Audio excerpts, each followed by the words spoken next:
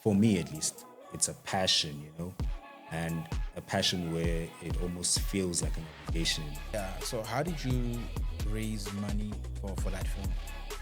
An hour, right? Sure. He's doing his tour, opening a film club back where I'm currently based now in Makanda, previously known as Grahamstown, and potentially then expanding that into an independent cinema. That it's very difficult in our country because the industry is a bit saturated. Sure. In terms of an industry, our country is fairly big but also small, distributing films, getting licenses for that.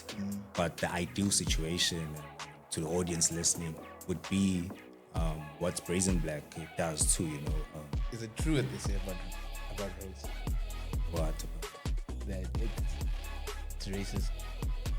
I know it's a tough industry and stuff, but I mean, if you know what you're doing or why you're doing it, let that at least drive you.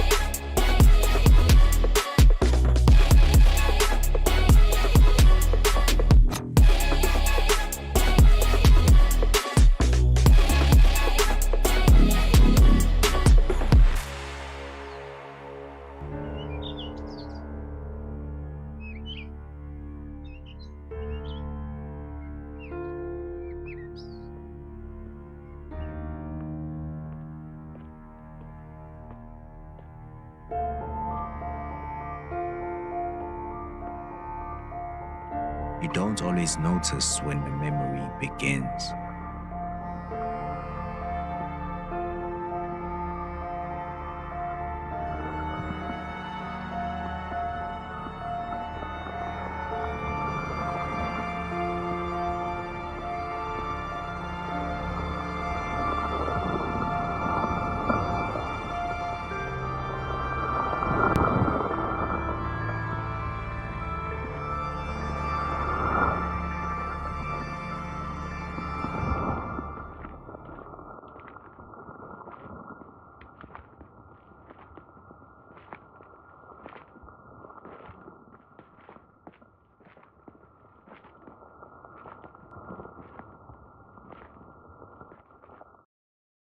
What's going on, movie lovers? Welcome to the Brazen Black Podcast, the home of the fearless African and unapologetic storytelling. I'm your host with the most, Tebatso Mashishi, the black boy with the white skin, back with another episode that is still in association with the Brazen Black Art Film Fridays, where every last Friday of the month, they showcase new films from the future of South African filmmakers.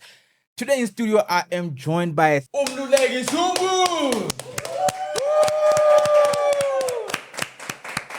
From Lou, all the way from the Eastern Cape, welcome to the podcast, man. How are you feeling? Very well, man. Thank you. Thank you very much, man, for blessing us, with your presence. So, quickly for the BBAFF'ies at home who are not familiar with you, just briefly introduce yourself and just, take us through, how you fell in love with filmmaking. Yeah, definitely. Again, thank you to Brazen Black for the opportunity. My name is Mluleki, wonderful Mthokozisi Zungu. I'm a writer, director, producer, editor, documentarian, overall filmmaker. And I run my production company, WonderFan, which I produce all of my projects under. And specifically how I got to filmmaking. Again, I should emphasize that I'm a writer first.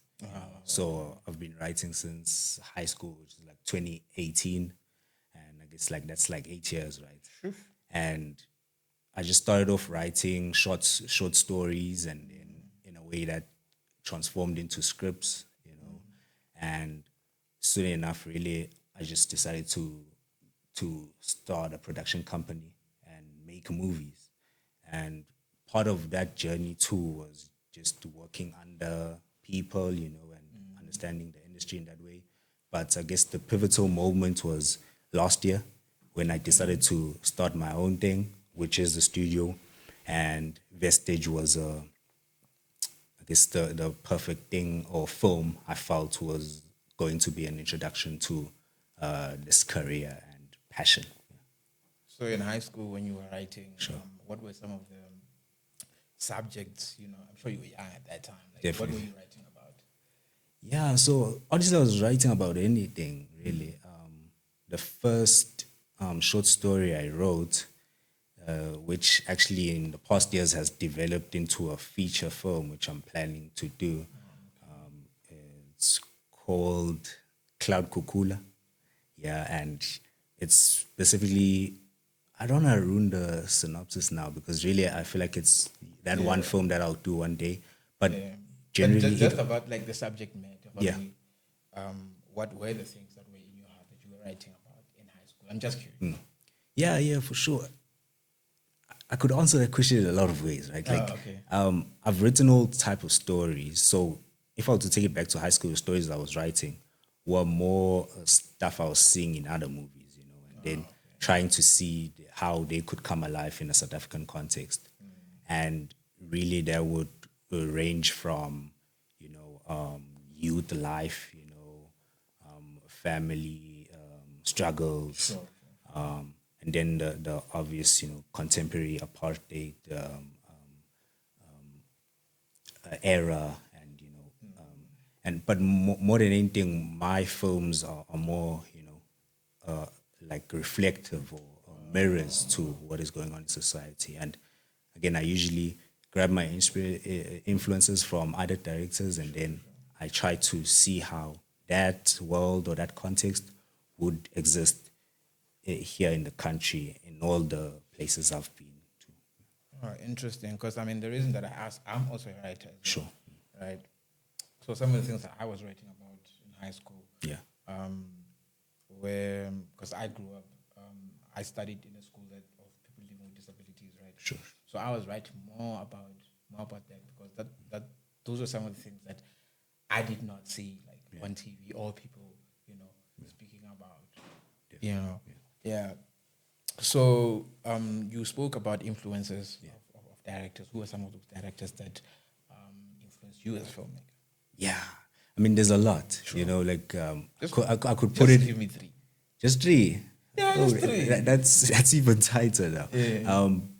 Can I make like an African list and maybe then outside of Africa list? Yeah, sure. Obviously now there's like these Hollywood directors which everyone which people know of, But again, my influences are very specific, So if I were to start off like outside of Africa, that would be Russian director Andrei Tarkovsky, his visual poetry, like in films like The Mirror, The Stalker, Another director I love from outside of Africa would be Abbas Kiarostami, Iranian guy, made amazing film.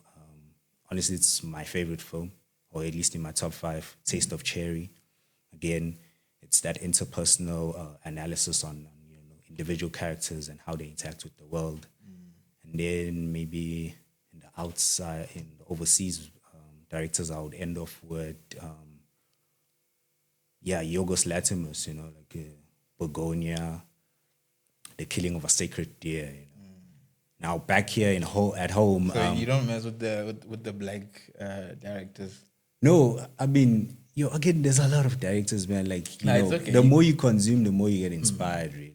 And it's really hard to put it into like a 3-person, list. Yeah. But yeah, here at home, which all of them are actually black, or maybe Angus, but my favorite director here in the continent would be Sir Jibril Diop Mambeti. He made this amazing film called Hyenas. Most people know Toki Boki, but Hyenas is my, like, I always go to it every time, I write, or like even when I'm in production of something, Just again, the visual reference is so strong. There's a lot you can take. And again, to bring it here, maybe at home, would be Sir Jamil TX Kuwega, a film of good report, Short classic, amazing too, and then possibly ended off maybe with Angus Gibson, obviously he has a few films, but the early works.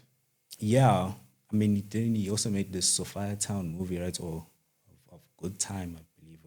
Yeah, but I mean, obviously, everyone credits the work in Ishaga Ilembe. But yeah, also his films, together with the late Tebogo Mahlasiraja. Yeah. Especially there's these two short films that Sir Tebogo did, like I think in his youth, I think, or in the 2000s. Yeah, like those are also good, man. And again, I always say like visual references because, you know, these director styles are so distinctive. And so like when you look at it, like it's like reading a book, you know. We all read the same books, but we could read the same book and you would visualize that same story in a different way, you know. yeah. And so it's like that with films too. You just see someone else's work and imagine it, you know, in your own way, you know. So those directors. Yeah, and that is very evident. You know, for those that are gonna be able to watch your film this stage, right? Because the style there is very, you know, it's very distinct. Yeah. So, how did you raise money for that film? I didn't. Oh, okay. Yeah, I didn't raise any How money. did you go about it? Yeah, so everything was self-funded. Nice. And yeah, I thought it was important too because establishing Wonder Fan as an independent, you know, storytelling and film studio. My first film, I realized that, you know, really, I mean, obviously I could have crowdfunded and all of that, but just as an introductory work, I just took it upon myself that, yeah, I need to make this no matter what. And so, yeah, I pulled my own funds, but I should mention that I worked with like a very strong crew, you know, people who loved film too. And yeah, we really worked on a collaborative arrangement. And yeah, I credits the success of the film and just the film being made to those individuals. You know? It was a small crew, like 8-9 person crew, and yeah, man, I think we made something really dope. But yeah, we didn't. You didn't get any funds from anybody. Yeah.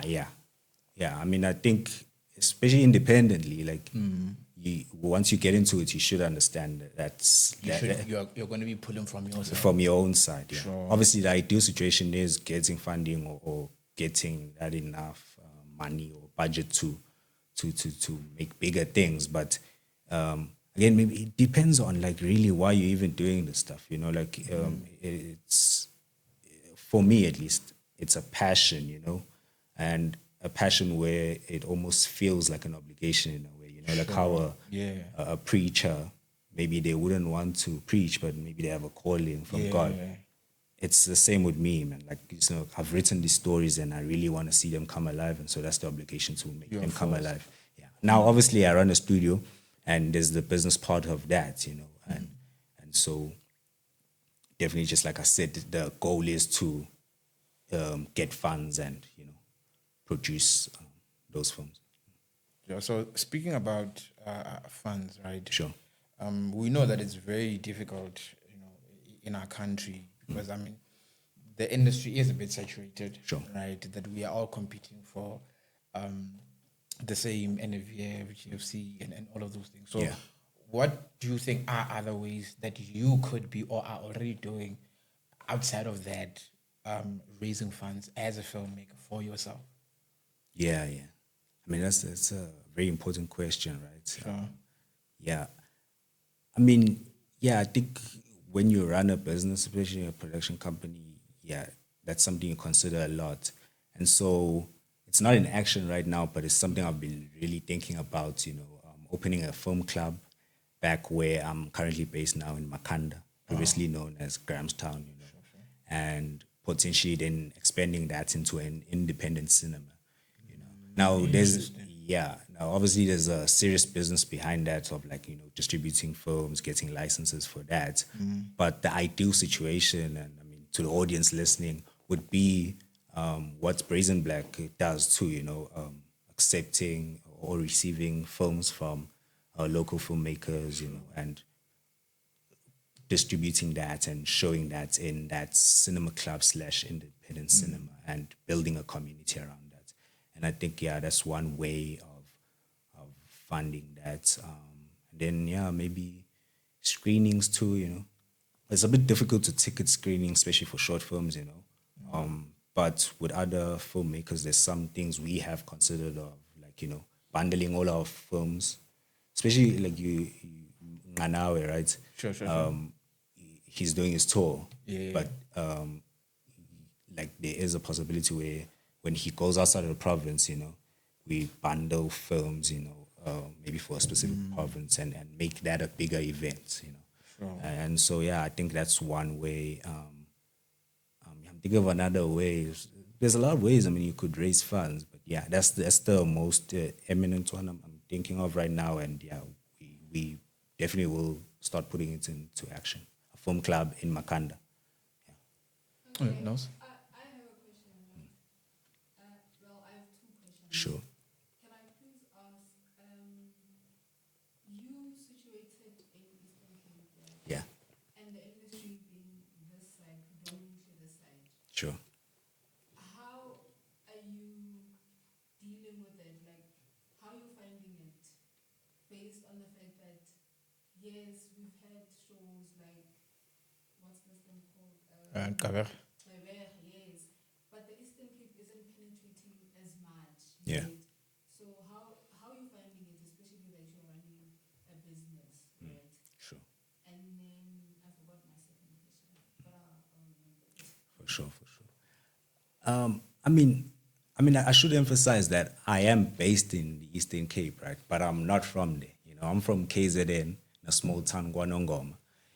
And I guess I'll consider myself a nomad. I guess I do travel a lot, or at least try to, and I think in terms of an industry, our country is fairly big, but also small, So I have this belief that you could make a movie anywhere and then maybe work towards make the business of it, which can obviously, which will obviously, make more sense in a city, right? But I really don't usually narrow things down to location. So I am in the Eastern Cape, but also there I'm in a small town, Makanda. It's a university town, arts town, National Arts Festival, all of that.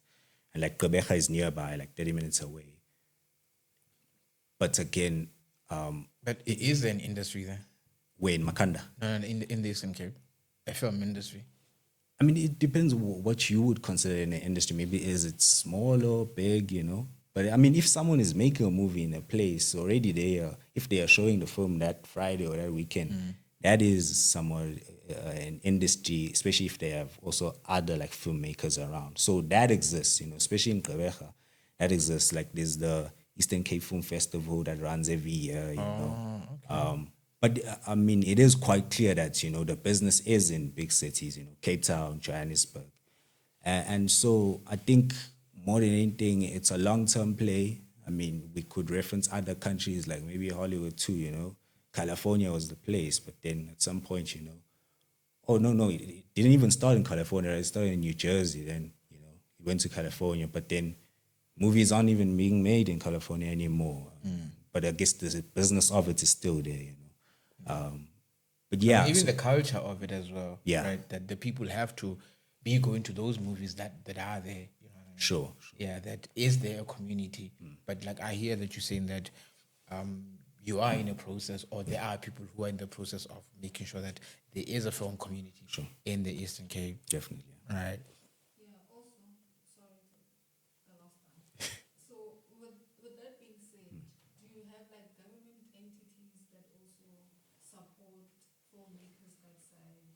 You have like commissioning companies, or I don't know, Department of Sports, Art and Culture, or anything, any entity. Is there an entity that grants funds to filmmakers in the Eastern Cape? Yeah. Again, I think there is. Like, I think every province has one. And specifically maybe on that front, like organizations, I would speak more to KZN, financiers there. But yeah, to answer the question, yeah, they are there, but it depends how, I guess, you get them, But as Sure. How difficult is it for you to source and get funds from the Eastern Cape? Is it that they prioritize people that are from the Eastern Cape, or like do you have an advantage or a disadvantage not being from Eastern Cape? I would say I don't, because I've spent like 3 or 2 years there as a student. But again, our company is fairly new. So definitely we are exploring those avenues. But yeah, I don't think there would be much of a challenge. Again, maybe it goes back to what type of content it is, and its commercial viability. But as you know, Johannesburg obviously has the Gauteng Film Commission, and KZN also has that. So to answer for myself, so maybe upcoming projects. Again, I didn't mention I'm a documentarian, and specifically for the next documentary I'm gonna make, I'm looking at the KZN side, because that documentary will be shot there. Yeah. Also, lastly, Sure. you mentioned something. You said you study there, right? So I'm just interested in what are you studying? I'm studying journalism and drama. Yeah. In Rhodes. Yeah, at Rhodes. I'm just curious. Right? Is it true what they say about Rhodes? What about it? That it's racist. No, I don't think so. I actually don't Where think so. do you think people get that perspective that it's racist? I mean, I think maybe it's an old university and pretty much holds on to, I guess, its history. Yeah. I mean, honestly, I don't even know really the structure that well, like in terms of like managerial stuff. But yeah, with my experience there, 2 to 3 years, yeah, I haven't really experienced that in any way. I mean, I'm guessing you're referencing Fees Must Fall too. Yeah. That's where prime of it was. But yeah, no, haven't experienced it firsthand in any way. Just like any other university in the country. I mean, I also study in the Northwest too, Northwest University, and so yeah. Okay. Interesting. Coming to the film Vestige. Yeah. So, what inspired the concept? Just briefly. Yeah, briefly. Yeah. Okay. So yeah, this actually is gonna be, I guess I'm revealing an Easter egg here, Oh, okay. In production, when we were in production of the film, like I told my crew that I planted an Easter egg, in us making the film. And then after the film, I told them obviously it's there and it's been there with us all along. And whoever finds it first, there's a reward and whatsoever. And this was like 5 months ago. And till this day, no one has actually found that Easter egg. And I guess and I think this is the perfect platform to, reveal that Easter egg. And it's the answer to your question, where the film came from. I mean, some people did ask where the film came from, but this is such a specific detail. So when I was studying in the Northwest, I used to stay a bit off campus. So the tenant where I stayed, he used to have a vehicle that would come grab us on campus, to take us there. And so one day, there's this bus stop, and so I just walked up to it and just sat down. There was no one there. And then a few moments later, a lady walked and also sat on the other end. Yeah. Now, this is a very busy street, but just sitting there, the lady on the other end, it's being such like a small but intimate moment or place within a busy situation. Was she attractive? Yeah. Yeah. So Okay, yeah. yeah. But so yeah, that moment just stayed with me because like it was just so rare, vague, and especially like the moments within the chaos, And so that moment happened, and then years later, especially last year, when I just wanted like to make my first like introductory film into the industry and introduce myself, and like I just kept going back to this moment, and then I started building the world around it. Obviously, now what happens in the film isn't what happened in real life, but that's where the inspiration came from. And specifically, the Easter egg is I literally have the day, noted down on a notebook. And so when on our clapperboard, like a slate for the production, when I wrote the date, for our first day of filming, I just saw the coincidence of it being the 25th the 21st of the 8th month. And so then I swapped the dates, because this happened in 2021. And then our first day of shooting, we shot over 2 days. The first day was 21. And so I just swapped those two. And that's the Easter egg. I was hoping my crew was going to realize that why is our slate named 4 years ago, And then that was going to be the reveal that, oh no, the film is actually a reference to a moment that happened on this day, like that. And by the way, the person that was sitting on the other end ended up, being a good friend, like someone I speak to. Oh no, nice, interesting. Is it the same lady that's in the film? No, that's an actor. Okay. Before we let you go, Sure. we're just gonna play a game, Definitely. right? Film game. A film game, Sure. a South African quiz. Okay. Let's see how well you know your films, right? So, which South African film? Are you ready? Yeah. Which South African film? This one is easy. Won the best foreign language Oscar in 2006? Is it Tsotsi, Yesterday, District 9, or Jerusalem? 2006. Yeah. You said Tsotsi what? Tsotsi, Yesterday, District 9, and Jerusalem. I think one film has one foreign language, so it must be Yeah, Tsotsi. But I thought Tsotsi was earlier, wasn't it? No. Okay. Yeah, it's Tsotsi actually. Sure. Yeah. In District 9, what nickname do humans use for the aliens? Right. Is it A, bugs, B, prawns, C, shadows, D, crawlers? Have you watched District 9? Yeah, I have. Yeah. What's the answer? Crawlers. Let me check. You also don't know that. No, actually it's wrong. Okay. It's not crawlers. Sure. What is it? It's prawns. Prawns. Okay. All right. Question number 3. Which actor played Nelson Mandela in Invictus? Is it A, Idris Elba, B, Morgan Freeman, C, Denzel Washington, D, Forrest Whitaker? Should be easy. Yeah, Morgan Freeman. Oh, come on. All right. Number 4. Tsotsi is based on a novel by which South African playwright? Is it A, Athol Fugard, B, Zakes Mda, C, Njabulo Ndebele, D, Dion Meyer? I'm going to say Athol. Athol Fugard. Athol Fugard. Yeah. Yeah.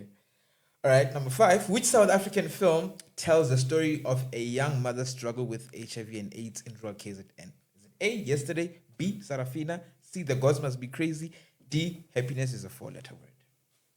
It's Yesterday. Yesterday.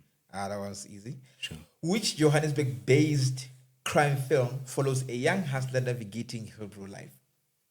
Is it A, Jerusalem, B, Gangster's Paradise, C, Four Corners, D, Inambanam? Jerusalem. Are you sure? Gangster's Paradise. Gangster's Paradise. It is Gangster's sure, Paradise, yeah. Jerusalem.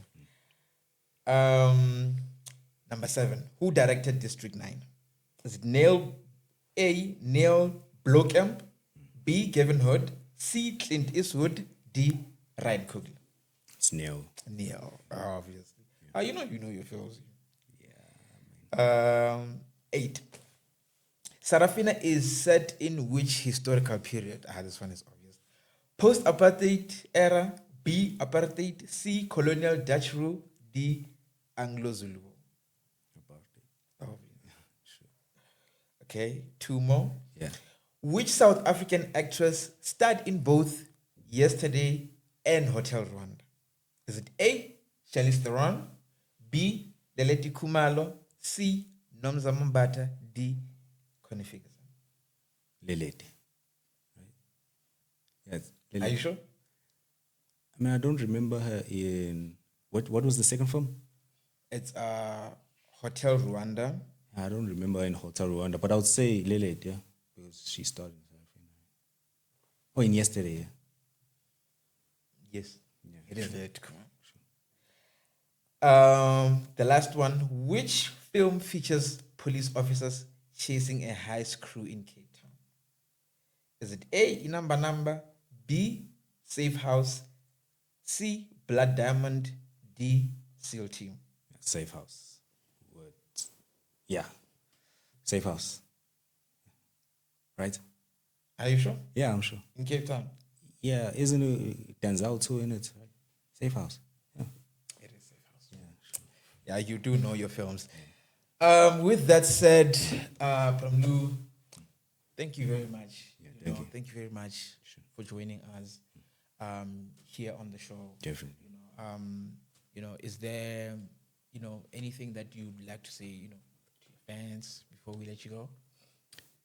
Yeah, definitely. Like, I guess more is coming. Vestige was my introduction to the industry.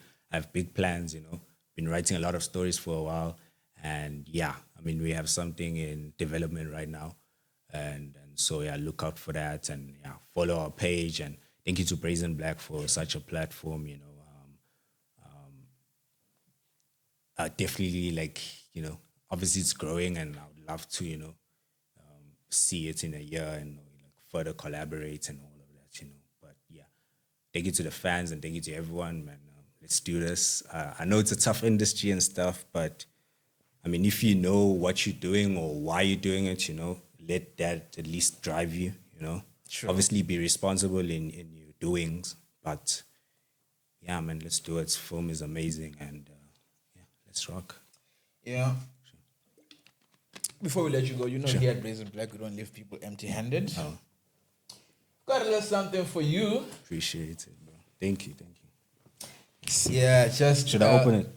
No, you can open it. Yeah. You can.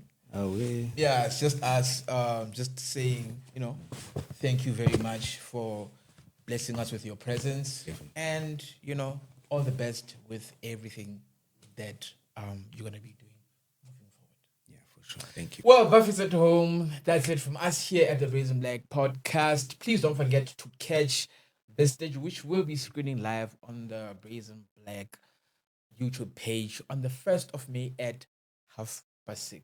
So please tell your friends to tell their friends that Vestige will be playing there. Salute.